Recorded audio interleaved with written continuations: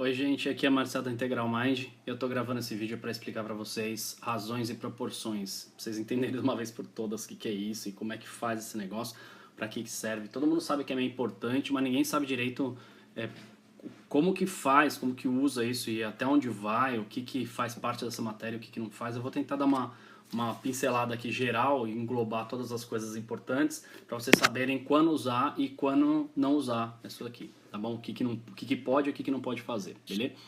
Tá bom, a primeira coisa é entender o que é uma razão. Uma razão é um quociente, uma divisão, é um ratio, como eles falam da palavra grega, onde uma coisa depende da outra, quantas vezes uma coisa cabe na outra. Isso é uma razão. Então, por exemplo, se você tiver, sei lá, 30 metros que foram andados em 10 segundos, isso aqui é uma razão. É uma relação entre os metros e os segundos que o cara andou. E aí, se você simplificar, o que é simplificar? É achar quantos metros foram andados a cada 1 segundo. Então a razão aqui são 3 metros por segundo, ou 3 metros a cada segundo. Tudo bem? Então, uma razão é simplesmente isso, né? Se eu tiver, por exemplo, um caso de uma porcentagem, então tá bom, o que é 20%? 20% é 20 partes em 100 partes, ou seja, é 20 coisinhas de um total de 100 coisinhas. Também é uma razão, né? Só que a gente expressa essa razão escrita em porcentagem. Tudo bem? Vamos dar um outro exemplo. Escala de mapa. O cara fala assim, olha, 1 para 150. O que quer dizer isso? Quer dizer que é 1 a cada 150. O que? Por exemplo, 1 centímetro a cada 150 centímetros. Então, se eu fizer um quadradinho assim, aqui no meu desenho, de 1 centímetro na medida, esse quadradinho, na realidade, representa um quadradão que vai ter 150 centímetros na medida. Essa tática a gente usa, por exemplo, para fazer planta no AutoCAD ou para fazer planta de engenharia. Tudo bem? Ou aqueles mapas de geografia também, né? Ah, se eu tivesse assim a escala de 1 para 3.000. Ah, 1 para 3.000 quer dizer que eu tenho 1 centímetro a cada 3.000 centímetros. Ou poderia ser 1 metro a cada 3.000 metros. Tanto faz, tá? Isso aqui, por exemplo, poderia ser uma escala de maquete, né? Vou colocar aqui em metros.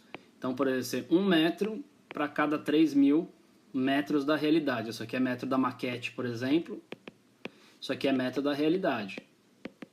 O que significa isso? Quer dizer que se você fizer a sua maquetezinha e ela tiver um prédio que ela tem 1,5 metro por 1 metro de comprimento, na realidade, o seu amigo lá ele vai ter 3 quilômetros aqui, ó, por 4,5 quilômetros aqui. Como é que eu fiz isso? Eu falo, bom, é só para cada metro é 3 quilômetros, ou 3.000 metros. Tá dando para entender? Então é assim que funciona razão, tá? Agora, qual a diferença de razão e proporção? O que é uma proporção? Proporção é uma igualdade de razões. Então, por exemplo, nesse caso acima aí, eu tinha 1 metro a cada 3.000 metros reais, certo? Então, se eu tiver, por exemplo, na minha maquete, um traço lá que vai ter 1,5 metro, quantos metros na realidade ela vai ter? Dá para entender? Outra pergunta poderia ser o seguinte: se eu tivesse 1 metro a cada 3.000 metros na realidade, então um desenho com 9 quilômetros, melhor, um desenho na realidade com 9 quilômetros daria quantos metros aqui? Ah, daria 1/3 de 9.000, né? Daria 3 metros aqui.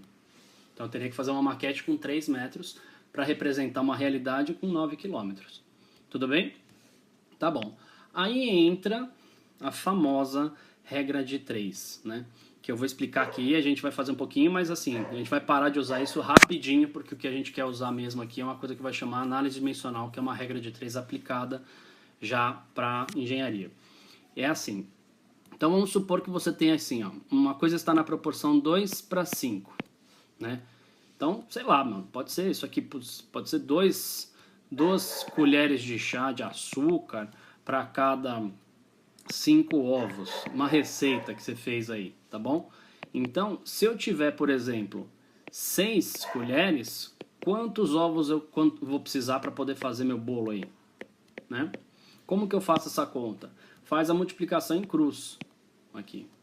E aí vai ficar 2 vezes a minha resposta é igual a 5 vezes 6. E aí a minha resposta, portanto, é 5 vezes 6 sobre 2, que dá 30 sobre 2, 15 ovos. Tudo bem? Tá, facinho até aqui, todo mundo sabe, né? Aí, vamos entender agora como é que a gente escreve isso na forma de análise dimensional, porque isso aqui vai fazer uma diferença enorme. Então, vamos supor o seguinte, eu tenho aqui um dado inicial, que são as 6 colheres, e eu quero saber quantos ovos essas colheres conseguem virar. Colheres, né? Quantos ovos essas colheres conseguem virar na proporção de 5 ovos para cada 2 colheres. Nossa, mano, mas você inverteu o bagulho, velho. Pode inverter? Pode, mano. Não tem problema nenhum. Depende do que você quer achar, depende de como que você quer usar. Por que eu inverti? Eu inverti porque eu quero que colheres deixe de ser o meu problema e apareçam ovos aqui. Então isso aqui vai ficar 6 vezes 5, 30 sobre 2, 15 ovos. Dá para entender isso? Vou dar um outro exemplo para vocês entenderem como é que essa coisa que eu fiz é a mesma coisa que essa coisa de trás, né? Então vamos supor que você tem assim,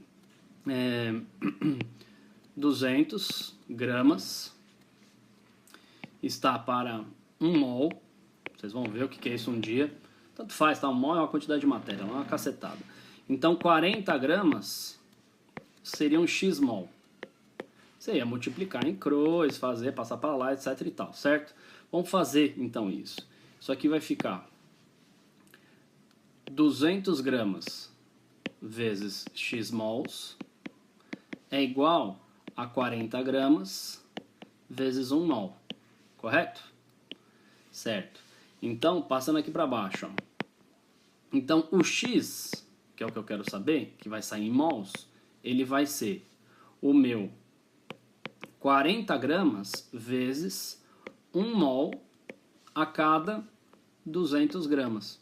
Nota que eu coloquei o 200 gramas só embaixo do mol, não faz diferença, poderia ser embaixo de tudo, não tem problema, tanto faz. Eu coloquei assim só para ficar separado. Ou seja, eu tenho 40 gramas aqui, e aí eu vou fazer esses 40 gramas virarem mol, sabendo que a cada 200 deles eu tenho 1, certo? Então, obviamente, vai dar 40 sobre 200 aqui, vai dar 40 sobre 200 é 4 sobre 20, que é 1/5, que dá 0,2 mol, porque você fez a aulinha de fração e você sabe de cabeça. Tudo bem? Então tá bom. Essa aqui é a explicaçãozinha básica dessa coisa que a gente chama de análise dimensional. Dimensional,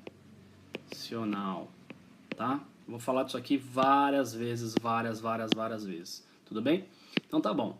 Só para vocês verem que já dá para colocar direto. Então vamos colocar mais um problema aqui. Se eu tivesse assim, ó, cada bolsa custa R$30. Quantas bolsas eu consigo comprar com R$120? Então vou fazer o seguinte, o número de bolsas que eu consigo comprar, que seria o X, vai ser igual a 30, melhor, a 120, que é o que eu tenho, o dado que não tem companhia, tá? É o dado inicial, que é o que eu quero transformar em bolsas. Tenho R$120, eu quero saber quantas bolsas dá. Vezes a razão que define quantas bolsas por real eu consigo levar. Vezes uma bolsa a cada R$30. Ou seja, corta o real, ó, vai ficar 4 bolsas. Fechou? A gente vai fazer mais isso aqui mais pra frente, tá bom? Agora vamos fazer o seguinte. Vamos entender a razão no que quer dizer o que a gente chama de proporção direta e proporção inversa, né? Então, coisas diretamente proporcionais e inversamente proporcionais. Então vamos começar com a direta. A direta quer dizer o quê? Essa que a gente já está acostumado. Quanto mais de uma coisa, mais da outra. Por exemplo, se você comprar uma maçã e pagar R$5, se você comprar 10 maçãs, você vai pagar mais do que R$5, você vai pagar R$50. Dá pra ver, ó? Aumentei aqui, aumentou ali. O que acontece na inversa? E como lida com ela, que é o mais importante. Na inversa acontece o seguinte, por exemplo, eu tenho 2 pedreiros e eles constroem juntos, trabalhando, eles constroem um muro. E eles demoram 4 dias. Tudo bem? Então, se eu aumentar o número de pedreiros aqui, se eu fizer, por exemplo, 4 pedreiros trabalhando para construir o mesmo muro, nota que o muro tem que ser igual, tá? O mesmo muro, eu vou construir ele em 8 dias, então? Não, eu vou construir ele em 2 dias. Abaixou aqui quando aqui aumentou. Dá para entender?